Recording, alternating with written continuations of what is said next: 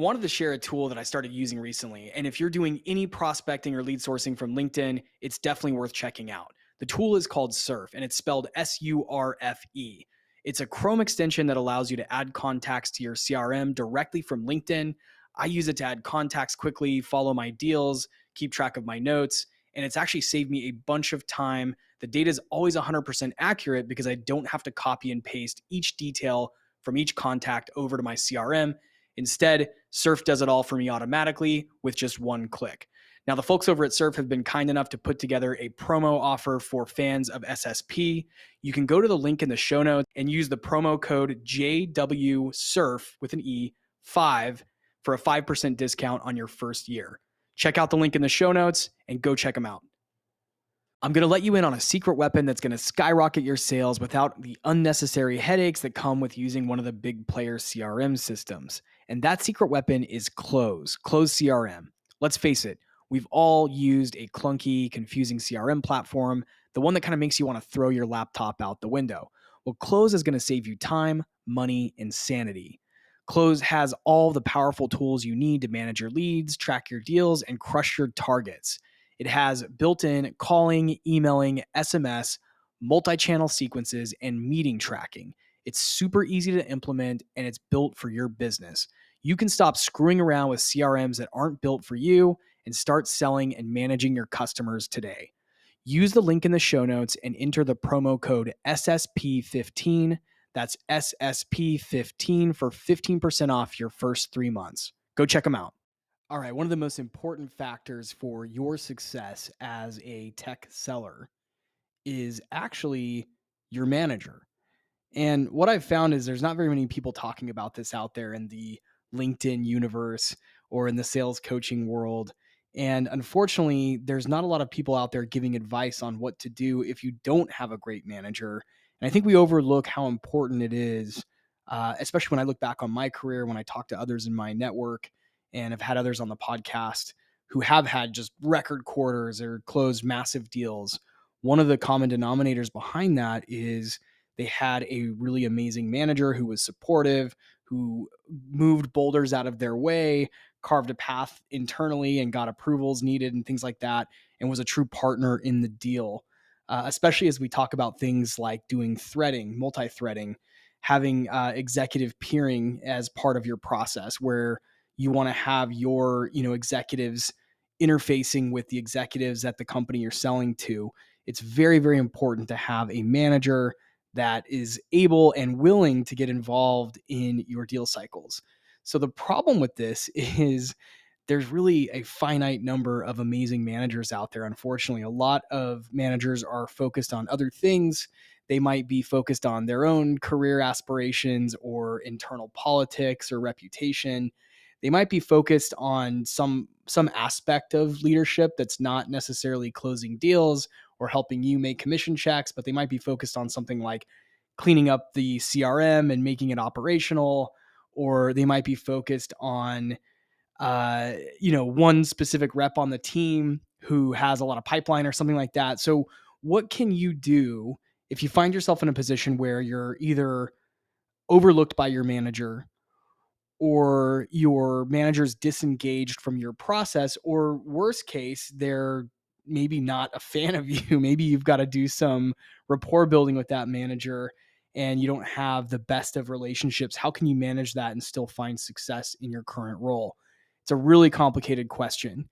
And the reality is I don't know that I have all the answers either, but I thought it might be helpful to do just a quick soundbite here and talk through some of the things that I've done in the past if I've been in a position where either I didn't have my manager's attention or didn't have the best relationship with my manager. Now, the first piece of advice that I'm going to give you is if you are in that position, you really need to give yourself some kind of a hard and fast date. Maybe that's 3 months from now, maybe it's 6 months from now, maybe it's a year from now. It doesn't really matter. You have to decide at what point are you going to decide to just go ahead and move on from this company and team and invest in finding a better manager who will help you achieve your personal and financial goals and, of course, your career goals? So you do need to find, or you do need to set some kind of a drop dead date, right? When when will when will it have been enough for you? When will you have given it everything you can, and you need to start to then divest or pull back from the situation and go and hunt down a manager that will work with you and will coach you and help you achieve the big things that you want to achieve. So that's the first piece of advice. Evaluate your situation, decide if it's actually time to move on. I tend to think that you should still give it some time. If this is all, recent stuff, try to give it some time. You need to be patient and give that manager the benefit of the doubt. Always assume positive intent wherever you can, because maybe they're going through something in their personal life or professional life. Maybe they're focused on something, or they're getting feedback from their higher ups on something, and you don't know what's all going on. So be a little bit patient, first and foremost, but do give yourself some kind of a deadline when you say, hey, I've invested in this partnership with this manager.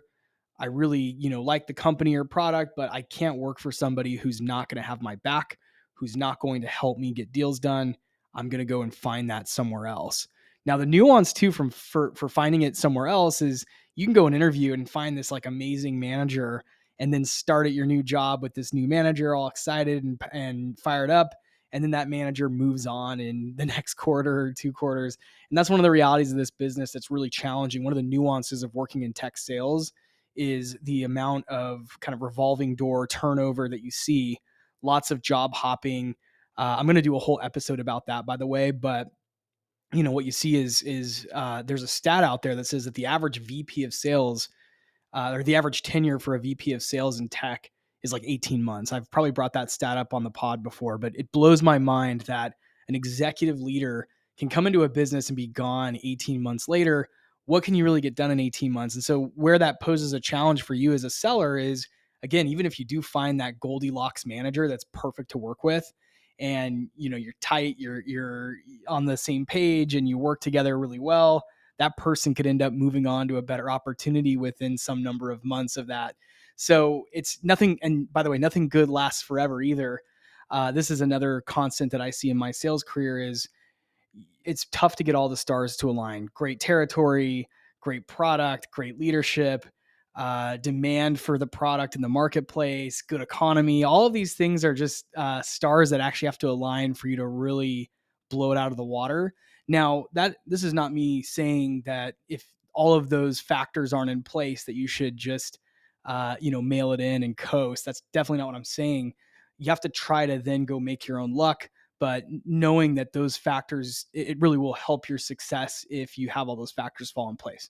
So my primary advice would be, if you're in a situation right now where you're working for a manager who's ignoring you, or again, toxic towards you in some way, or you have a kind of a heavy friction relationship, then it's probably time to set a date for when your departure might be and when you're going to exit the business, and start to work on researching your next gig and who the leadership is at that company. Because I really do think the leadership makes or breaks a company and a product. And if you don't go and pursue those leaders that work well with you, then you're just not going to sell the kind of deals you want to sell in your career. So that's number one. So let's say you're in a position right now where you can't make a move, but you're also not working for a manager who's behind you and got your back. What can you do to try to make the process smoother? How can you try to improve the relationship? And how can you try to still be as successful as possible despite those circumstances? Well, this is very common because, again, there's very few amazing managers out there, only a small handful that are just, stellar. But the vast majority of sales managers fall into the too busy, too many team members, too many competing priorities. And so a lot of your career, you're going to have to be completely self-managed and self-motivated, and you're going to have to figure out how to get resources on your own. But the upside is when you do finally get that great manager, that person and you working together, you'll already be prepared to do everything on your own. So it'll just be an added benefit to have someone who you can partner with on these deals. So what can you do? What I started to do, in times past when I've had managers that either weren't focused on my success or were not, advocates of me and my selling style, what I tended to do was I would document a lot. And by document, I mean, get really tight in your operation and in your process, especially if they're someone who leans very operations heavy. So if they're a big, you know, proponent of updating Salesforce and updating your CRM and your pipeline and things like that, try to get really tight with that. If they want to see certain things every day, I would really try to do the best you can to comply with what their asks are, to a T. By the way, be very detailed and very rigid and specific about how you're responding to their asks, and really then you can take, so from there you can then start to get proactive. And I would almost over communicate with a manager that's disengaged. Like, I would set an agenda for every meeting that you have with that manager, whether it's a one-on-one or if they're joining you for a customer meeting. That's if they join at all. Get really specific about setting an agenda, have a plan, over communicate details. If you need to go out of the office for vacation or you're sick or something like that, over communicate. Let them know as far in advance as possible. Really leave nothing to nuance and just focus on being an over communicator and tightening up your process and documenting as much as you can.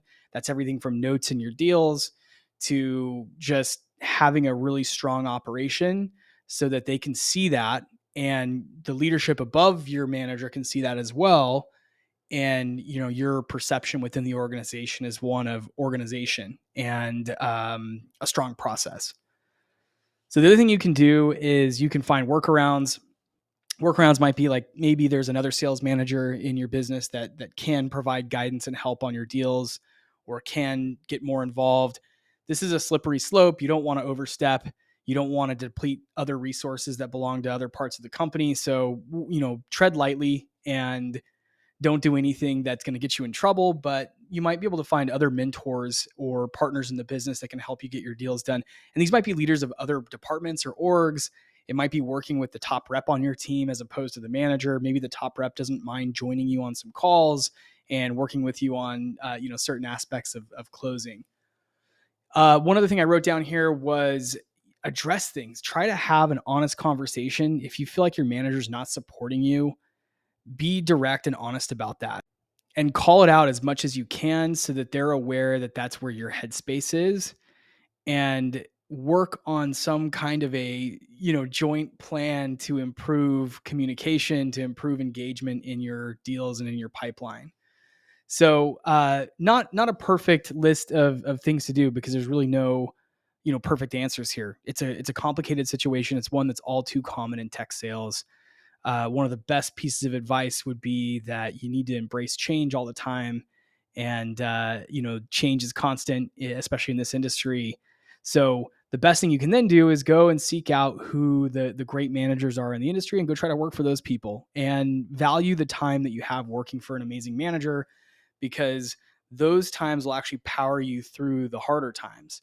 The amazing managers that I've worked with, I learned so much from them and replicated so much of their process that I can now take that into any working environment and implement that same playbook. So go and research who those leaders might be. And a lot of times they're not on LinkedIn posting all day. They're busy on calls with customers or pitching to executives or negotiating contracts alongside their reps. So they can be hard to find, but when you work with one, you'll know. So some things you can do to suss that out or to ask questions about someone's management style in the interview process. Ask them questions about how involved they get with deals, what their process is for bringing a customer on board, how they approach pipeline generation, how involved they get with their reps' deal cycles, how they coach, how they document the process. All those things are really important questions. You should be interviewing in any job interview. You should be interviewing the company that that's interviewing you. You've got to make sure it's a fit, and you got to suss the leadership out. Ask a lot of questions. Get personal too if you can. Find out what the last couple books that the sales VP or sales leaders read in the company, or do they play a sport? Do they play an instrument? Learn as much personal detail as you can, because it'll help you understand who they are as a person, what they're passionate about, what they're curious about, and it'll give you some insights into who they are. So hopefully that helps someone out there. It's a tough challenge, But I'm telling you firsthand, and from talking to a lot of the guests that have been on the show and a lot of the colleagues that I've worked closely with, that's the common denominator. If you have a great manager, you can make things happen, even in a down economy, even with a product that's subpar. You can really go pretty far with an awesome manager that's got your back.